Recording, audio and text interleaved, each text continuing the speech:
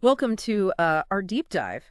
All about cognitive biases and how they work in communication and marketing. We've got this super interesting article from Wow Sebo. And yeah, I'm really curious to see what you think about all this stuff. Well, it's really fascinating how our brains are wired. They take these shortcuts, these mental cheats that can really make us vulnerable to being influenced, especially by marketers. Yeah, totally. The author of this article had this like big aha moment while reading Chris Pavone's book, Your Brain is Messing with You, and like started seeing these biases everywhere in advertising. Have you had that experience too, like when you first read this Oh, article? absolutely. It's like Yeah. suddenly you have this secret decoder ring for the whole world of marketing. You Yeah. start noticing how these biases are like baked into everything we see and hear. For our listeners out there, let's just, quickly go over the basics. What is cognitive bias? Sounds kind of technical. Well, think of it this way. Our brains are constantly bombarded with information, right? Yeah. So to deal with it all, they create these little rules of thumb, these biases that help us process things faster. It's efficient, but it also makes us vulnerable. Like that example from the article about always seeing 11 point for 11. I know I've fallen for that one. Feels like some cosmic sign, but it's really just our brains latching onto a pattern. Exactly. We're wired to see patterns. And, marketers, they know how to use that to their advantage. So let's unpack a few of these, starting with confirmation bias, which is our tendency to look for information that confirms our existing beliefs. So if I already believe a certain brand is like the best, I'm more likely to notice their good reviews and just completely miss the bad ones. I can see how that would be a problem. It's like we build these mental echo chambers, filtering out anything that challenges what we already think. And marketers can take advantage of this by, only showing the most positive reviews and evidence, Hmm. even if it's not the whole story. Yeah, that's a good point. I never thought about it like that. It's not necessarily that they're being malicious, it's just that they're playing into how our minds naturally work. Right. And that leads us to availability bias. This one's all about how easily we recall certain information and how that has more influence on us. Oh, I know this one. It's like those really harsh one-star reviews that you just can't forget, even if most people gave the product like 5 stars. Exactly. Strong narratives and emotional testimonials.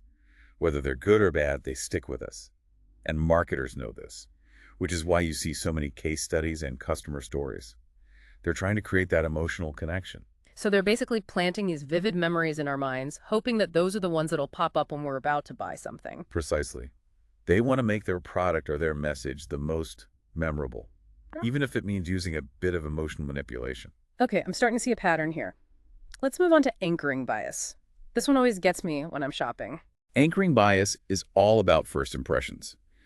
That first piece of information we get, the anchor, sets our expectations for everything that comes after. Like seeing a pair of shoes marked down from $200 to $100. You feel like you're getting an amazing deal even if those shoes were never actually worth $200 in the first place. You got it. That initial price becomes the benchmark, making that discounted price seem irresistible. It's classic retail psychology. It really makes you wonder how much of what we think is a good deal is actually just clever manipulation. That's the million-dollar question, isn't it? Are we really in control of our choices, or are we just puppets dancing to the tune of these cognitive biases? Well, that's a little bit terrifying. Let's move on to something a bit less existential. What about the bandwagon effect, or consensus bias, as they call it in the article? This one is all about our need to belong. We're more likely to do something if we see a lot of other people doing it. Think about those ads that are always bragging about millions of satisfied customers. Right. It makes you think, well, they can't all be wrong. It's like social proof on steroids. Exactly. It taps into our primal instincts, our desire to be part of the group, to follow the crowd. It's why popularity and trends on social media are so powerful.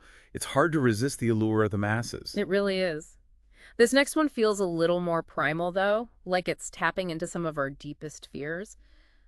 Loss aversion, is it? This one is really interesting. We hate losing something. We already have way more than we like gaining something new. It's a very powerful motivator. So marketers are playing on our fears rather than our aspirations. That's kind of dark, isn't it? It can be. Mm-hmm. Think about those warnings about limited stock or those messages saying, don't miss out. They create a sense of urgency, so we feel like we have to act now before it's too late. It's like they're hijacking our ability to think rationally and triggering that instinctive fear of missing out. Exactly. We're way more likely to make impulsive decisions when we think we're about to lose something. It's almost like they're holding our desires hostage. It's crazy how much psychology goes on behind the scenes of what seems like simple marketing. It really is.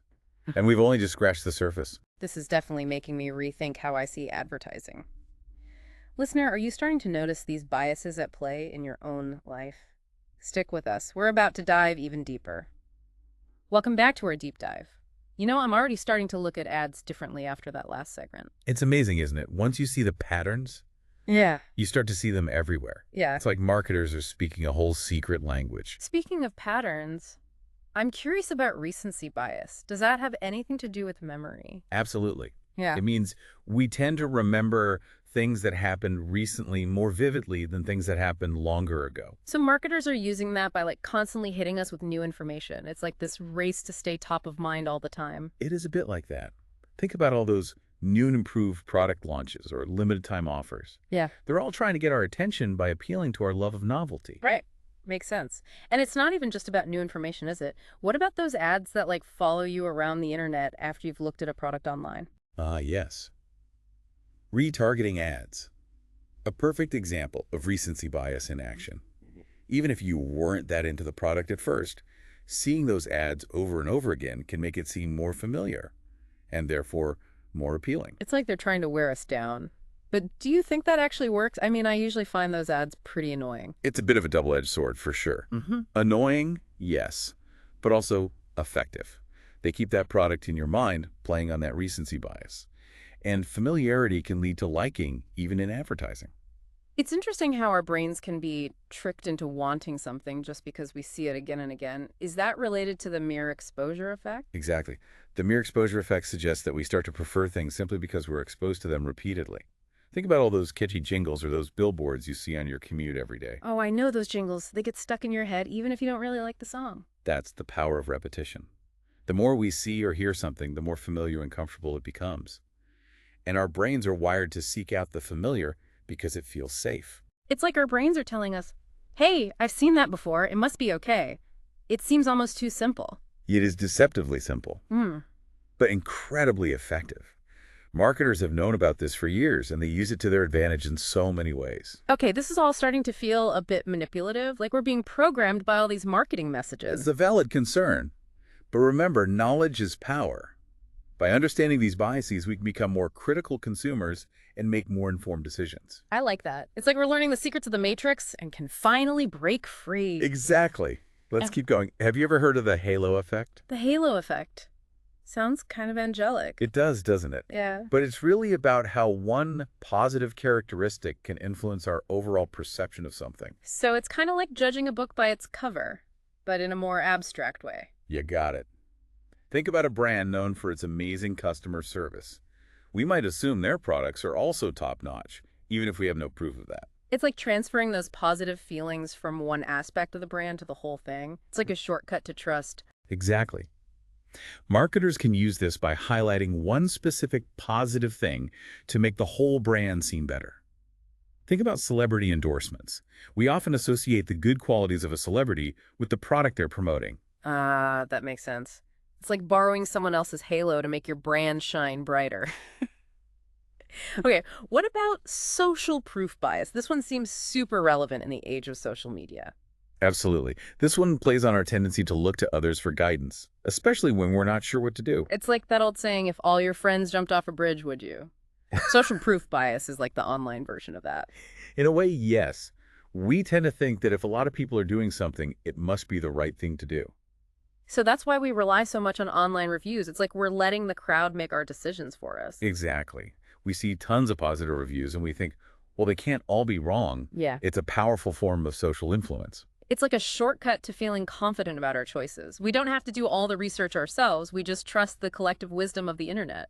And marketers know exactly how to leverage that trust. Think about those labels that say best-selling, or those lists of things that are trending now.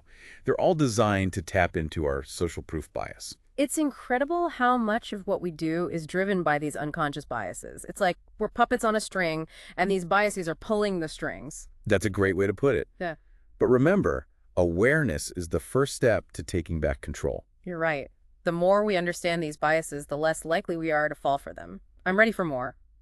What other crazy biases do we need to know about? Welcome back, listener. This deep dive has really opened my eyes. I never realized how much is going on in my brain when I'm making decisions. It's really fascinating, isn't it? The power of the subconscious and how our choices can be influenced by things we're not even aware of. Definitely. So let's keep uncovering these hidden forces. What other biases do we need to be aware of? Well, there's one that might surprise you. It's called the status quo bias. It's Hmm. all about our tendency to stick with what's familiar, even if there might be a better option out there. So we're creatures of habit, even when it might not be the best thing for us. I can see how marketers would love that. Think about things like automatic subscription renewals. We just keep paying month after month, even if we're not really using the service. It's just easier to stay put than to cancel. Oh, yeah. I do that all the time. It's like inertia. You just keep going down the same path, Yeah, even if there might be a more interesting one to take. exactly. And marketers play into this. They might highlight the risks of switching to a competitor or make staying with them seem like the safer choice. Like, don't rock the boat, stick with us, and everything will be fine. Right. And it's not just about products or services. This bias can also show up in our beliefs and opinions. Yeah. We get attached to our current ideas, even when we're presented with evidence that contradicts them. That sounds a lot like confirmation bias, which we discussed earlier. Are they connected? They are definitely related. They both speak to our need for consistency. We want the world to make sense. And sometimes that means holding on to familiar ideas, even if they're no longer true. It's like we're trying to protect our own sense of self, even if it means ignoring reality. That's pretty humbling.